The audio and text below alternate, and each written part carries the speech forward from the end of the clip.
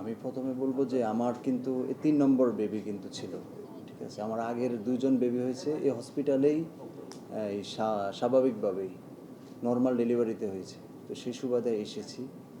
Actually ওইখানে তো practically A to Z ছিলাম আমরা।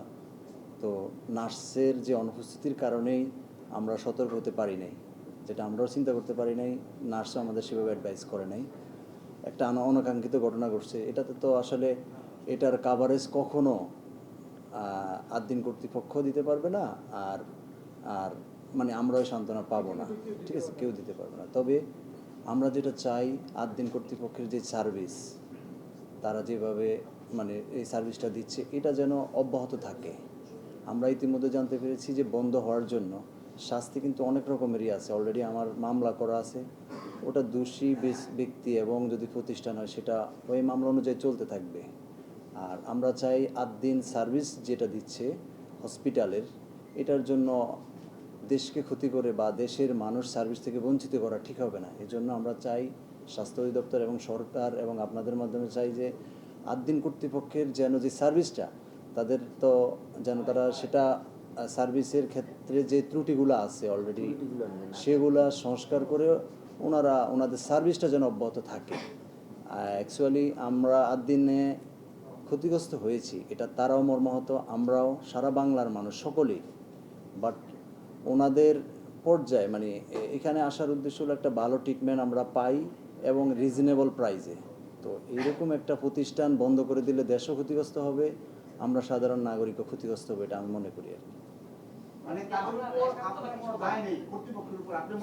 না, আমরা তো আমাদের শিশু হারিয়েছে, সেই জন্য আমরা অলরেডি মামলা করেছি এবং আমরা মানে যেই মানে যারা এর সাথে সরাসরি দোষী সাব্যস্ত হবে তাদের সর্বোচ্চ শাস্তি আমরা আবেদন করেছি রাষ্ট্রপক্ষের কাছে এবং ওনাদের এই থানার মাধ্যমে আমরা সেটা করে যাচ্ছি আর কি।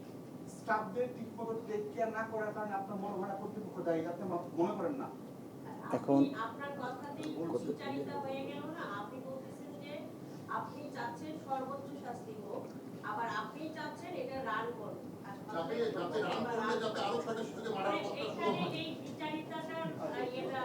না, এখন আমি একটা কথা বলি, আমাদের যেটা ঘটনা ঘটেছে এটা তো আসলে আর কোথাও ঘটছে কিনা আমরা জানি না।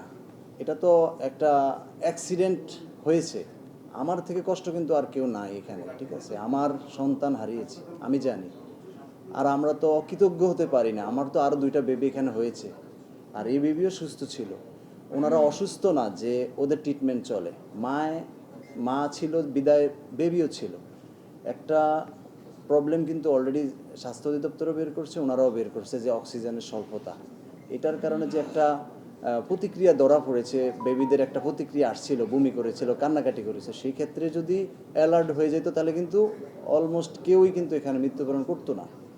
আমরা তো বাহিরে পুরুষ মানুষ, ভিতরে তারা ওইভাবে গাইড করতে পারে না, বিদায় আস্তে আস্তে একটা পর্যায়ে এটা তো পরবর্তী ঘটনা আপনারা জানেন। এখন এটার কারণে একটা বড় প্রতিষ্ঠান বন্ধ করে দেবেন, এটা আমরা চাই না। বাট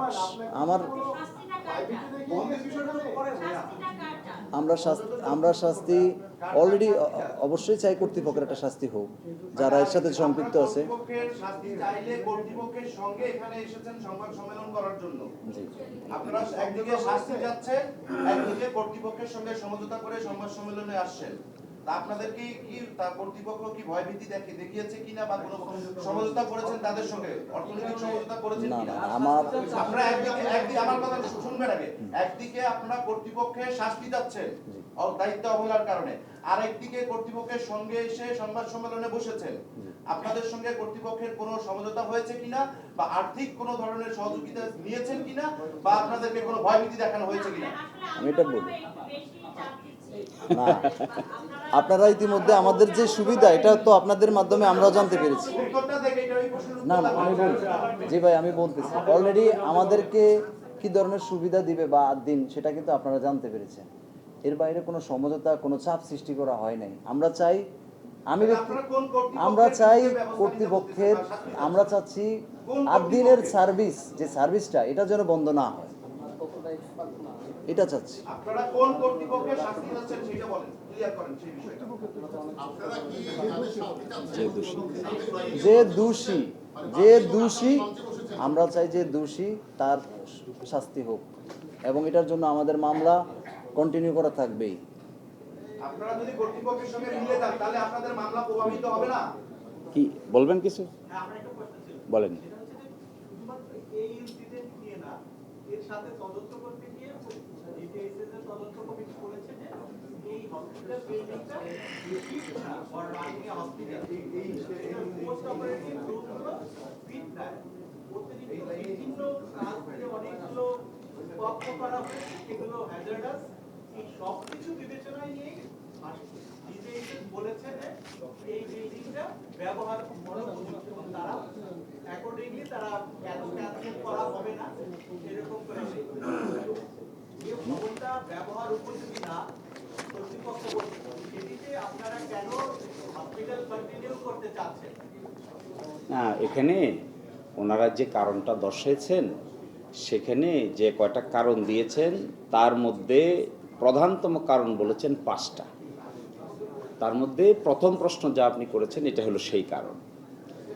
এখন এইটাকে যদি কনক্লুশনে পৌঁছার জন্য ওনারা জানতে চেয়েছেন যে এই ব্যাপারে আদ্দিন কর্তৃপক্ষের বক্তব্য কী, আগামীকালকে বিকাল 5টা পর্যন্ত সময় দিয়েছেন।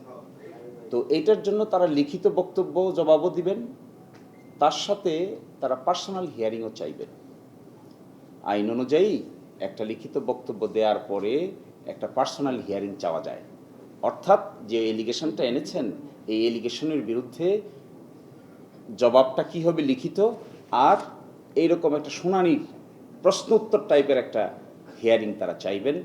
এখানে যদি সন্তুষ্ট হন কর্তৃপক্ষ তাহলে এক ধরনের সিদ্ধান্ত নেবেন, যদি সন্তুষ্ট না হন তারা তাহলে আরেক ধরনের সিদ্ধান্ত নেবেন। এই বিষয়টা মনে হয় আমরা জবাব দেওয়ার পরে কর্তৃপক্ষের সিদ্ধান্ত পর্যন্ত অপেক্ষা করতে হবে। আমার ছোট দুটি প্রশ্ন আছে। প্রথম প্রশ্নটি হচ্ছে গণমাধ্যম কর্মীর উপর যে হামলা হয়েছে সেই সব গণমাধ্যম কর্মীদের নিয়ে আপনারা বসেছেন কিনা। দ্বিতীয় কথা হচ্ছে পরিবারের কাছে প্রশ্ন যে এই পরিবাররা যাদেরকে বহিষ্কার করা হয়েছে তাতেই সন্তুষ্ট আছে কি? ভাই বারবার তো বলছি আমার মনে হয় আমি আপনাদেরকে ধন্যবাদ ভাই, আজকের মতো শেষ। আচ্ছা একটু বলতে দেন আমরা। আচ্ছা, গণমাধ্যমের সেটাও বলেছি। ফলে আমি আপনাদেরকে এখানে দাওয়াত দিয়েছি, আপনারা হাজির হয়েছেন, এই জন্য আপনাদের প্রতি অনেক অনেক কৃতজ্ঞ। আপনারা যে কষ্ট করে এই পর্যন্ত আসছেন এই জন্য আপনাদের এই প্রফেশনাল রেসপন্সিবিলিটি পালন করার জন্য আসছেন, আমাদেরকেও করতে দিচ্ছেন, এই জন্য উই আর কৃতজ্ঞ, we are grateful to you. আর সেকেন্ড হলো আমি আপনাদেরকে অনুরোধ জানাবো একটু দয়া করে শেষ হয়ে যাওয়ার পরে সামান্য একটু আপ্যায়নের ব্যবস্থা আছে, আপনারা কেউ কিছু মনে না করলে একটু অংশগ্রহণ। Thank you.